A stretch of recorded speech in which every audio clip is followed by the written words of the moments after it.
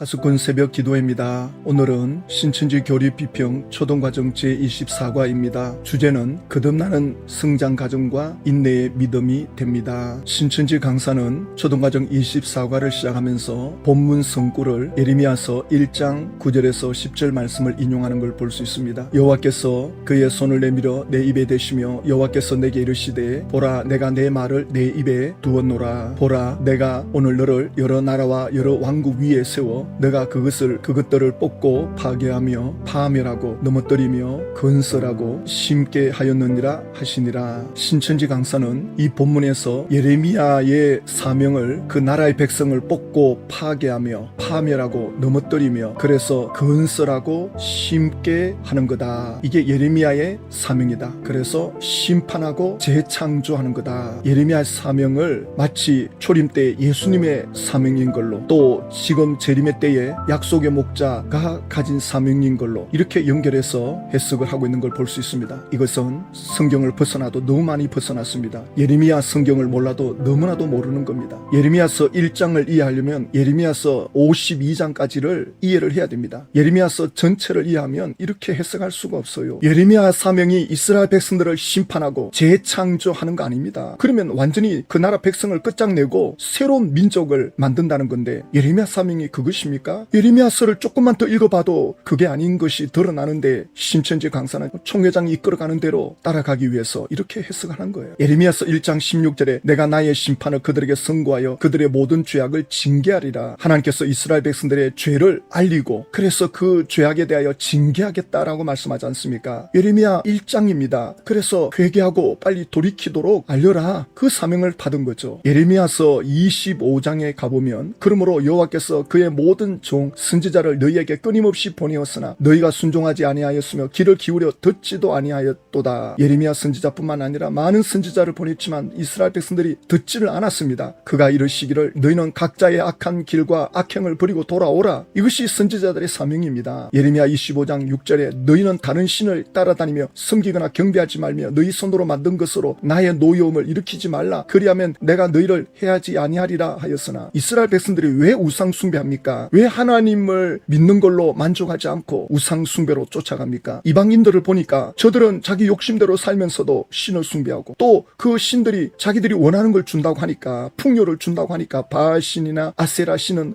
풍요와 다산을 상징하는 신들이잖아요. 그러니까 이스라엘 백성들이 볼 때 이방 종교의 신들은 사람들의 그 원하는 대로 다 해주는 것 같은데 하나님은 내가 원하는 대로 다 해주지도 않는 것 같고 말씀을 쫓아 순종해라 그러기만 하고 그런 불만들이 이스라엘 백성들에게 있는 거죠. 이것이 오늘날 현대인들에게는 골로새서에서 탄심이 우상숭배라 그러죠. 오늘날 현대인들은 어떤 우상숭배하느냐? 자기 자신을 우상으로 섬깁니다. 자기가 원하는 대로 살아갑니다. 자기 뜻대로 살아갑니다. 자기 욕망대로. 이게 바로 오늘날 현대인들의 우상숭배가 되는 겁니다. 우리는 이스라엘 백성들처럼 우상을 섬기지 않는다. 형상에게 절하지 않는다 해도 지금 내가 내 주인이 되어 살아가는 것 이게 우상숭배입니다. 구약시대는 형상을 쫓아간 거죠. 그래서 예레미야 25장 11절에 이 모든 땅이 폐허가 되어 놀랄 일이 될 것이며 이 민족들은 70년 동안 바빌론의 왕을 섬기리라. 그래 우상 섬기는 그 나라에 포로로 잡혀가서 한번 살아보라는 겁니다. 그래서 바빌론이 쳐들어오는 거죠. 하나님께서 예레미야 25장 12절에 여호와의 말씀이 있느라 70년이 끝나면 내가 바빌론의 왕과 그의 나라와 갈대아인의 땅을 그 죄악으로 말미암아 벌하여 영원히 폐허가 되게 하되 죄로 따질 것 같으면 바빌론이 이스라엘보다 더 많은 죄를 짓고 있죠.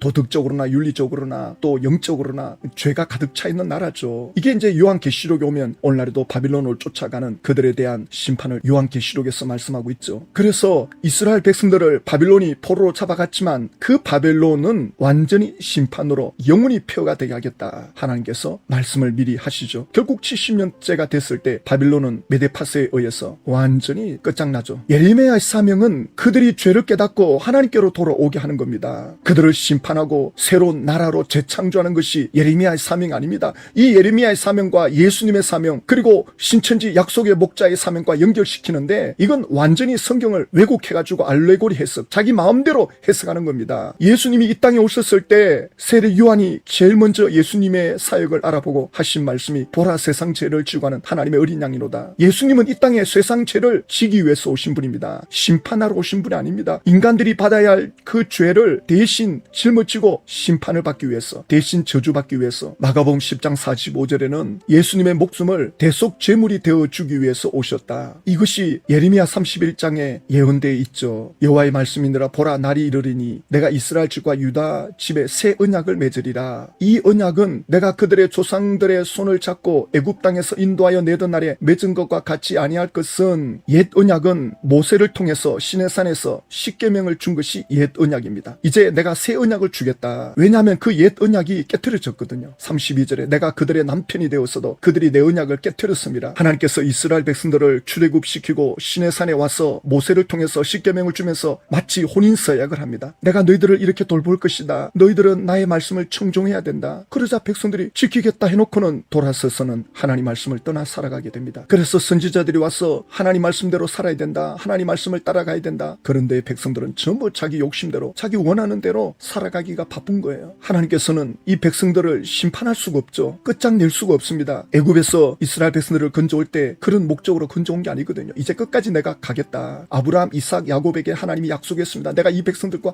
끝까지 갈 것이다. 그런데 백성들은 하나님을 떠나 완전히 끝장나는 길로 가고 있는 거예요. 그래서 예레미야 31장 33절에 곧 내가 나의 법을 그들 속에 두며 그들의 마음에 기록하여 나는 그들의 하나님이 되고 그들은 내 백성이 될 것이다. 하나님께서 이스라엘 백성들이, 이 백성들이 이제 나의 백성으로 확실하게 만들기 위해서 그들 마음 속에다가 내 법을 넣어주겠다. 그러면 그동안은 어떻게 한 겁니까? 그동안은 모세가 돌에다가 십계명을 새기고 말씀을 귀에 들리게 해주었죠. 그러나 그들이 귀를 닫고 눈을 가리고 듣지 않으니 하나님께서는 그들 속에 들어가겠다. 내가 그들 마음 속에 들어가서 말씀을 마음에다가 집어넣어 주겠다. 강력한 하나님의 의지를 말씀하고 있죠. 에스겔 선지자가 그 당시 똑같은 포로 시대의 선지자였는데 그는 똑같은 내용을 이렇게 표현합니다. 에스겔서 36장 26절에 또 새 영을 너희 속에 두고 새 마음을 너희에게 주되 너희 육신에서 굳은 마음을 제거하고 부드러운 마음을 줄 것이며, 에스겔 선지자는 새 영을 너희 속에 둘 것이다. 새 마음을 너희에게 넣어줄 거다. 이렇게 표현하고 있습니다. 이게 이제 성취가 언제 일어나느냐. 사도행전 2장 38절에 베드로가 백성들에게 말합니다. 회개하라. 예수 이름으로 죄사함 받으라. 그러면 성령을 선물로 받으리라. 예수 이름으로 죄사함 받으면 이제 성령님이 그 사람 속에 들어오는 거예요. 성령님은 하나님이십니다. 이게 바로 예레미야 31장에 예언했던 것이고 에스겔서 36장에 예언했던 것입니다. 새 언약입니다. 이게 바로 새 언약입니다. 신천지가 말하는 새 언약이 요한계시록을 가르쳐 지키게 하는 게 아니고 하나님이 말씀한 새 언약은 우리 심령 속에 새 영을 주는 겁니다. 옛 언약은 계명을 주어가지고 지켜라고 해도 백성들이 완악해가지고 마음이 굳어 있어서 듣지를 않는데 인간의 본성대로 사는데 그 본성을 내가 뜯어 고치겠다. 내가 그들 속에 들어가겠다. 그들 속에 들어오려면, 하나님이 우리 속에 들어오려면 죄가 해결돼야 돼요. 에덴 동산으로 돌아가야 돼요. 그러려면 누군가 이 죄값을 치러줘야 되는데 그 일을 예수님께서 하시는 거죠. 그래서 예수님을 써서 죄 문제를 해결하심으로 이 예수님을 믿고 받아들이는 이들은 성령님이 그들에게 들어가는 거죠. 그래서 신약 성경의 모든 초점은 성령께 초점이 맞춰져 있습니다. 성령의 사람, 영의 사람이 되라. 성령 충만함을 받으라. 성령의 인도를 받으라. 중국에 가장 영향력을 끼친 영적인 사람 중에 워츠만 니를 많은 사람들이 말합니다. 워츠만 니가 쓴 책 가운데 영에 속한 사람이라는 책이 있거든요. 그는 이 비밀을 깨달았죠. 워츠만 니는 20년 동안 감옥에서 보냈습니다. 중국의 탄압에 의해서. 그러면서도 복음을 전하고 사도 바울처럼 흔들리지 않는 신앙의 절개를 지키면서 영적인 삶을 보여줬거든요. 근데 이게 미국에서 또 대등한 사람이 누구냐면 케네스 해긴입니다. 이 사람도 영에 속한 사람인데 미국에 가장 많은 영향력을 끼쳤죠. 그의 책이 150개국에 번역돼서 많은 사람들에게 영향을 줬습니다. 그들이 하나같이 주장하는 건 영에 속한 사람, 영의 지배를 받아라, 영의 이끌림을 받아라, 영의 인도를 받아라. 이미 이것은 성경에서 말하고 있는 겁니다. 신약 성경에서 모든 사도들이 여기에 초점을 맞추고 있습니다. 그동안 모든 인간은 혼적인 영역에 속해 있었습니다. 오감을 통해서 모든 걸 판단하는 그런 인간의 상태였습니다. 그 영은 인간 안에 존재하지만 기능이 상실돼 버렸죠. 죄로 인해서 이 영이 기능이 멈춰버렸습니다. 그런데 무속인들, 세상 종교에 빠져 있는 이들은 미혹의 영, 귀신의 영을 받아들이면서 귀신과 소통을 하는 거죠. 그러면 이제 그쪽 영의 지배를 받는 거죠. 그 미혹의 영의 지배를 받아서 종교가 만들어지는 겁니다. 여기에 하나님의 성령이 들어오면 이제 예수님께로 이끌어가는 거죠. 그래서 성령이 오시면 성령님은 예수님께로 그 사람을 이끌어 가십니다. 그래서 하나님께로부터 온 영인지 사단에 속한 영인지 분별하라고 말씀하고 있는 거지. 그 영이 어디에 속해 있는지를 분별하라고 말씀하고 있는 것입니다. 성령에 속한 영은 예수께로 이끌어갑니다. 예수님을 닮아갑니다. 예수 그리스도의 형상을 이루어갑니다. 이제는 혼의 지배를 받으면 안 됩니다. 원래 인간의 모습은 영이 주도하는 인간이었습니다. 에덴 동산의 아담 하와가 원래는 영이 주도하던 때였습니다. 그래서 하나님과 교통이 이루어지고 에덴 동산이 천국처럼 누릴 수 있었던 것은 그 영이 혼과 육을 다스리기 때문에 가능했습니다. 그러나 이 영이 기능을 상실하면서 이제 인간의 혼이 주도적으로 다스리게 되죠. 혼이 주인이 되는 겁니다. 그러나 이 혼은 타락한 죄성을 가지고 있기 때문에 이 혼에서는 불의, 추악, 탐욕, 악의, 수군, 미움, 시기, 다툼, 원망, 살인, 온갖 죄성이 다 올라옵니다. 그래서 인간은 본능적으로 악한 존재로 태어납니다. 모든 아담의 후손은 본성적으로 이 죄의 바이러스를 가지고 태어나기 때문에 끊임없이 죄에 끌려 살아가는 존재가 되어버린 거죠. 그런데 예수님이 이 죄 문제를 해결하고 이 죄로 인해서 용서받고 예수 그리스도를 영접한 이들에게 성령이 들어오십니다. 죄 문제가 해결된 이들에게 성령이 들어오셔서 성령이 이 사람을 이끌어갑니다. 성령이 이 사람을 이끌어가는데 그걸 누가 가로막고 있느냐? 혼이 가로막고 있는 거예요. 이 혼이. 그동안 내가 경험한 건 이건 아닌데 이 혼이 계속 그걸 가로막고 자기 기분대로 자기 감정대로 하는 겁니다. 어제도 어떤 신천지 자녀를 둔 부모님이 자녀 때문에 막 속이 상해서 분노가 치밀어 오르고 그래서 기도해야 됩니다. 그 분노 그건 혼의 영역입니다. 그 자녀가 일부러 부모를 속썩입니까? 그 자녀도 미혹의 영에 붙잡혀서 자기가 왜 그러는지 모릅니다. 그걸 다 대놓고 분노하고 화를 내고 그리고 가족들이 예수 믿는 사람에게 왜 당신은 분노하느냐? 왜 화만 자꾸 내느냐? 왜 신경질적이냐?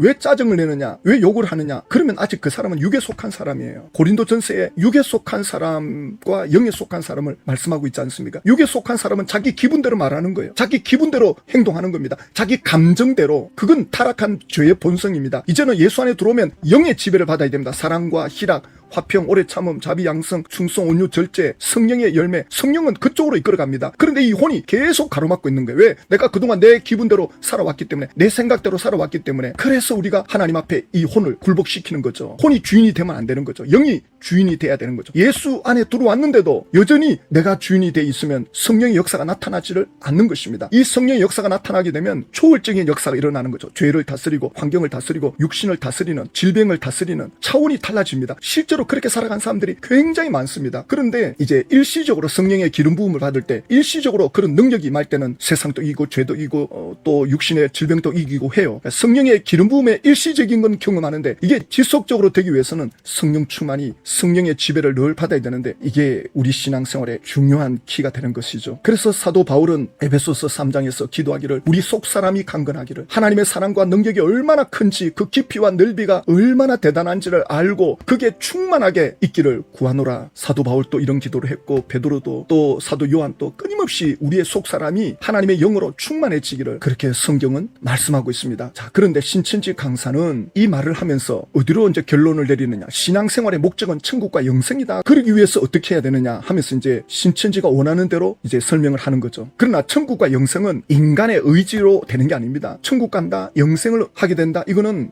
인간에서 나오는 게 아닙니다. 이건 전적인 하나님의 주권입니다. 요한복음 1장 12절에 예수를 영접하는 자 하나님의 자녀가 된다 그랬죠. 하나님의 자녀가 되면 천국은 자동으로 가는 겁니다. 부모가 이사 가는데 자녀를 안 데리고 갑니까? 그리고 이는 혈통이나 육종이나 사람의 뜻으로 나지 아니하고 오직 하나님께로부터 난 자들이다. 하나님의 자녀가 되는 건 사람에게서 출발되는 게 아니고 하나님에 의해서 된다는 겁니다. 이것이 에베소서 2장 8절에도 나오죠. 너희는 그 은혜에 의하여 믿음으로 말미암아 구원을 받았으니 이것이 너희에게서 난 것이 아니요 하나님의 선물이라. 구원은 하나님으로부터 출발이 되는 겁니다. 그러면 우리 인간은 할 게 없습니까? 우리 인간은 믿음으로 반응을 했다는 걸로 나타나는 거죠. 하나님이 은혜를 베풀어 주시는데 그 은혜를 받은 사람이 나타나는 반응이 믿음의 반응으로 나타나는 거죠. 내가 믿은 것은 하나님의 은혜로 말미암아 되어진 거죠. 그래서 행위에서 난 것이 아니니 이는 누구든지 자랑하지 못하게 합니다. 어떤 노력을 한다고 해서 말씀을 깨닫는다고 해서 구원받는 게 아니라는 겁니다. 전적인 하나님에 의해서. 그러면 이제 하나님이 택한 사람이 있으니까 전도할 필요가 없겠네요. 그런 식으로 또 가면 안 되는 거죠. 누가 하나님이 선택한 사람이고 부른 사람인지 우리는 알 수 없죠. 그래서 우리는 끊임없이 복음을 전하는 겁니다. 그 사람이 죽을 때까지 언제 돌아올지 모르기 때문에 끊임없이 우리는 복음을 전할 뿐이지 우리의 사명은 복음을 전하는 거지 그 사람을 예수 믿게 하고 천국 백성 되게 하는 거 인간이 할 수 없습니다. 그건 전적으로 하나님의 손에 있는 것입니다. 그런데 신천지는 이걸 사람이 마치 할 수 있는 것처럼 가르친다는 거죠. 구원과 천국과 영생이 마치 사람의 노력으로 되는 것처럼 가르친다고요. 이게 굉장히 위험한 성경 해석입니다. 여기 보세요. 필요한 과정.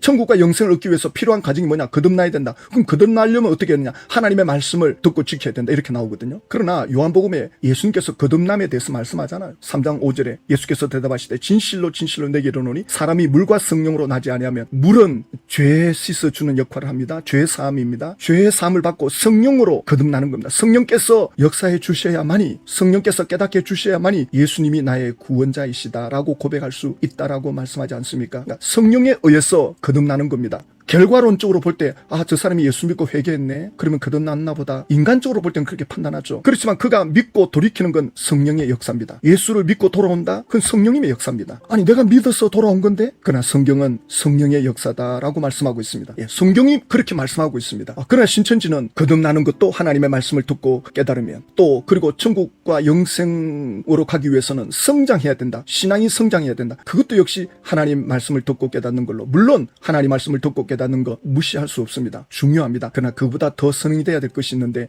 야고보서 1장 21절에 그러므로 모든 더러운 것과 넘치는 악을 버리고 너희 영혼을 능히 구원할 바 마음에 심기진 말씀을 온유함으로 받으라. 이 혼의 역할이 중요한 거죠. 우리 믿음이 자라가기 위해서. 그러니까 천국은, 영생은 성령으로 말미암아 주어지는 건데, 이걸 이 땅에서 이제 누리는 것, 천국을 누리고 하나님 백성답게 이 땅에서 하나님의 자녀로서 누리는, 세상을 이기고 죄를 다스리고 나 자신을 다스리는 이런 왕같은 제사장으로서의 삶을 살기 위해서는 이 혼을 다스려야 됩니다. 이 혼이 이걸 가로막고 있습니다. 끊임없이 내가 느끼는 감정, 내 기분, 여기에 다 사람들이 속습니다. 내 기분에 속으면 안 됩니다. 내 감정에 속으면 안 됩니다. 사람의 말에 속으면 안 됩니다. 영의 음성을 들어야 됩니다. 끊임없이 성령의 음성을 쫓아가야 됩니다. 이 신앙 훈련을 해야 됩니다. 오늘날 우리가 이제 해야 될 것이 있다면 이 영이 우리 속에서 활성화되도록, 이 성령이 나를 이끌어가도록, 성령의 사람, 내 안에 있는 속사람이 내 혼을 지배하도록 해야 됩니다. 내 기분대로 하면 육신에게 지는 겁니다.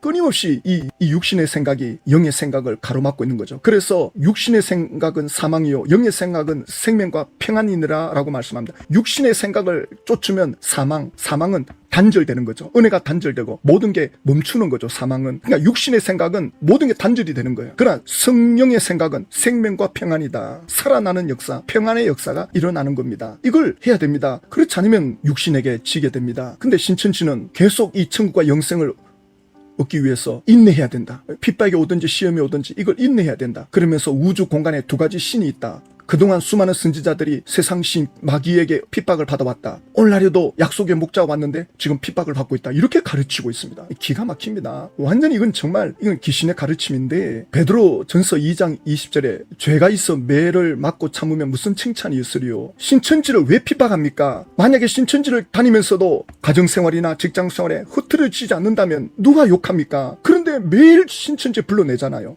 가정생활이 제대로 못 돌아가게끔, 학교생활이 안 되게끔, 직장생활 하기 어려울 정도로 그 사람의 삶이 무너질 정도로 세뇌 교육을 시키잖아요. 신천지 왕국을 위해서 노예로 만들어 가잖아요. 처음에 개신교가 한국에 들어왔을 때도 핍박을 많이 받았죠. 개신교는 우상 숭배 안 하는 것 때문에, 그리고 주일날마다 교회를 가니까 농사철에 바쁜데 농사철에 쉬는 날이 어딨냐. 그런데 이제 주일마다 예배를 드리러 교회 가니까 부모님들이 가만히 안 두죠. 근데 가만히 지켜보니까 6일은 열심히 일하거든요. 6일 일하는 것만으로 주일날 쉬어도 충분할 정도로 그렇게 본이 되는 신앙생활을 하니까 나중에는 예수 믿는 사람이 다르다. 자녀들이 예수를 믿더니만 완전히 삶이 달라졌네? 나중에 부모님들이 다 예수 믿죠. 집안 식구들이 다 예수 믿게 되죠. 왜? 지켜보니까 처음에는 서양 귀신을 쫓아가는 것 같고 일요일마다 교회 가는 것 같고, 보니까 삶이 다른 거예요. 가정에 들어가면 가정이 행복지수가 올라가고, 직장에 가면 직장에 모범이 되고, 사회생활에 빛이 되고, 학교생활에 본이 되고, 이건 예수 잘 믿으면 잘 믿을수록 사람이 완전히 모범이 되니까. 그래서 일제시대를 지내면서 초기 기독교가 한국에 엄청난 영향력을 끼쳤지 않습니까? 그런 삶이 있었거든요. 근데 신천지가 핍박받는 그런 차원이 아니라고요. 신천지 다닌다고 해서 핍박하는 게 아니라, 물론 들어가서 보니까 교리도 엉망이고 그 교주를 위해서 살아가는 삶이죠. 교주를 위해서 완전히 노예가 되는 삶이죠. 박대선, 문선명, JMS, 조희성 전부 그 교주들 재림 예수를 하면서 여기 와야 구원받는다라고 하는 그 구원을 다시 외치는 그 교주들의 삶을 보니까 자기 왕국을 만들고 있는 거예요. 그리고 그 따라가는 신도들의 삶도 완전히 피폐해져 있고 그 조직의 왕국을 위해서 자기 인생을 전부 희생시키고 가정이 희생이 되고 직장이 제대로 돌아가지 않게 되고 학교 생활이 제대로 안 돌아가는 그런 삶을 사니까 핍박을 하는 거지 신천지 갔다고 핍박하는 게 아닙니다. 오늘날 또 개신교회를 다니는 신자가 신앙에 본이 안 되면 욕을 먹는 거예요. 부모님들이 가족들이 욕하죠. 너 예수 믿는 게 그러냐? 이렇게 욕하잖아요. 그의 삶이 역행을 한다고요. 상식을 깨트리는 순리를 깨트리는 삶을 살기 때문에 그렇게 욕먹는 겁니다. 그런데 신천지는 말도 안 되는 걸 주장한다고요. 뭐 육체 영생한다. 앞으로 계시록이 성취한다. 이게 전부 거짓말이거든요. 이 다른 교주들이 다 해먹던 거 아닙니까? 이게 뻔하게 보이는데도 쫓아가고 있으니 진짜 속이 타죠. 그러나 어떻게 해요? 우리가 혼적으로 하면 안 돼요. 육신의 생각으로 신천지 사람들 상대하면 안 됩니다. 그들이 미혹의 영에 있기 때문에 우리도 영으로 상대해야 됩니다. 우리도 성령으로 상대해줘야 돼요. 신천지 총회장이 예수 믿어도 구원이 없다. 완전히 이건 예수를 대적하는 적그리스도입니다. 귀신에게 사로잡힌 사람입니다. 정상적이라고 볼 수가 없습니다. 거기에 미혹되어 있는 이들을 볼 때 안타깝죠. 신천지 총회장 아무것도 이루지 못하고 세상을 떠날 겁니다. 그때 가면 신천지가 많이 무너지겠죠. 사람들이 이게 아니었구나. 그러니까 그때를 생각하면서 기다려줘야 돼요. 돌아올 수 있도록 여지를 남겨줘야 돼요. 너무 원수관계 만들어버리면 가족이라도 원수가 돼버리면 돌아오고 싶어도 그동안 받은 상처 생각하면 돌아오고 싶어도 안 돌아오는 거예요. 다른 옆길로 새버립니다. 옆길로 새면 안 돼요. 그래서 우리는 영으로 상대해야 됩니다. 우리 기분대로 우리 감정대로 말하면 안 됩니다. 참아야 됩니다. 그러면 내가 무너지잖아요. 그럼 내가 힘들잖아요. 수고하고 무거운 짐진 자들아 내게로 오라. 예수님 말씀하셨지 않습니까? 우리가 예수님 안에 들어가면 예수님이 힘을 주십니다. 이걸 기도 속에서 경험해야 되는 거죠. 이걸 체험해야만이 우리가 이겨갈 수 있습니다. 영에 사로잡혀야 됩니다. 성령의 인도를 받아야 됩니다. 그래서 우리 자신을 내려놓고 성령의 충만함을 성령의 지배를 구하는 것입니다. 하나님 아버지, 신천지는 미혹의 영의 역사입니다. 신천지가 무너질 때 신천지 안에 택한 자녀들이 주께로 돌아올 수 있도록 주여 저희들이 이 사명을 잘 감당할 수 있도록 은혜를 베풀어 주시옵소서. 신천지 안에 이 미혹의 영들과 귀신의 가르침을 막아 주시옵소서. 또한 저희들이 성령께서 이끄시는 대로 순종하며 나갈 수 있도록 성령님 저희들을 사로잡아 주시옵소서.